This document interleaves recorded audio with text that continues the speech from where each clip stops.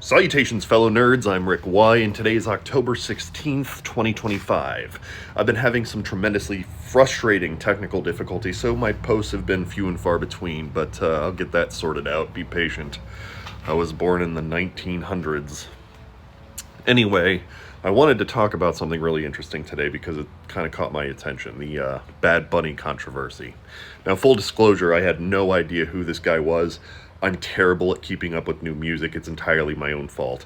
Every once in a while, though, I stumble upon something modern that I actually like. But if you're a parent, you'll understand why K-pop Demon Hunters is currently living rent-free in my skull. But Bad Bunny, as I have come to learn, is a Puerto Rican artist who sings predominantly in Spanish.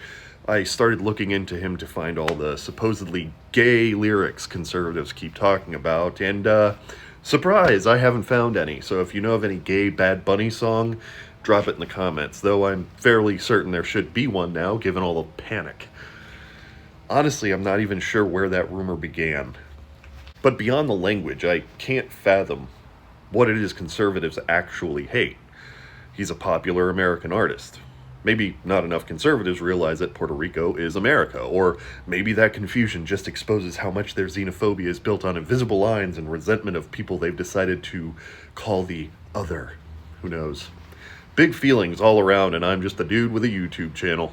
Now, as a response to this, Charlie Kirk's Turning Point USA empire decided to hold their own halftime show with blackjack and hookers. But the thing is I don't know why.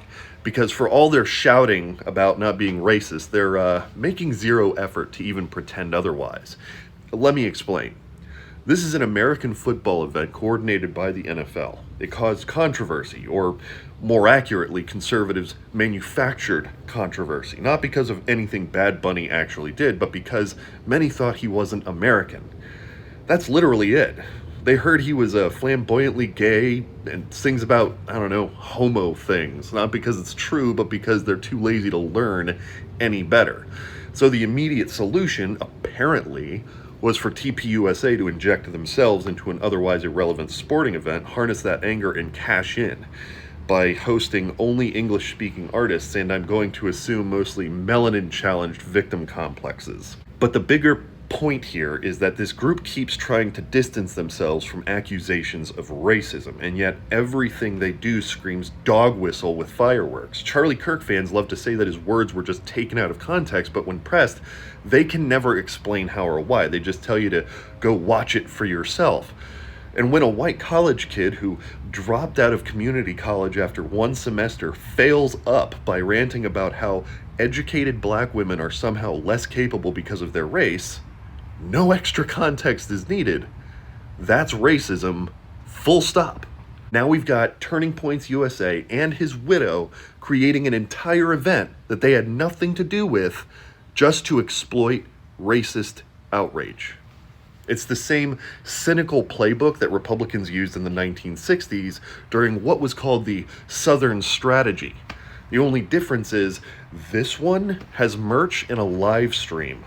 But what I think is worse is this whole spectacle is, at its core, an act of segregation. And somehow they still can't understand why people are calling it out. So when you see a group of mostly white folks spending time, money, and energy just to separate themselves from a man they think is some Central or South American foreigner because he sings in Spanish, what else would you call it? If not racism, what is it? If not xenophobia, what is it? If not outright discomfort at anyone who isn't white, English-speaking Americans, what else could it be? At some point, we've got to stop pretending that discomfort is patriotism.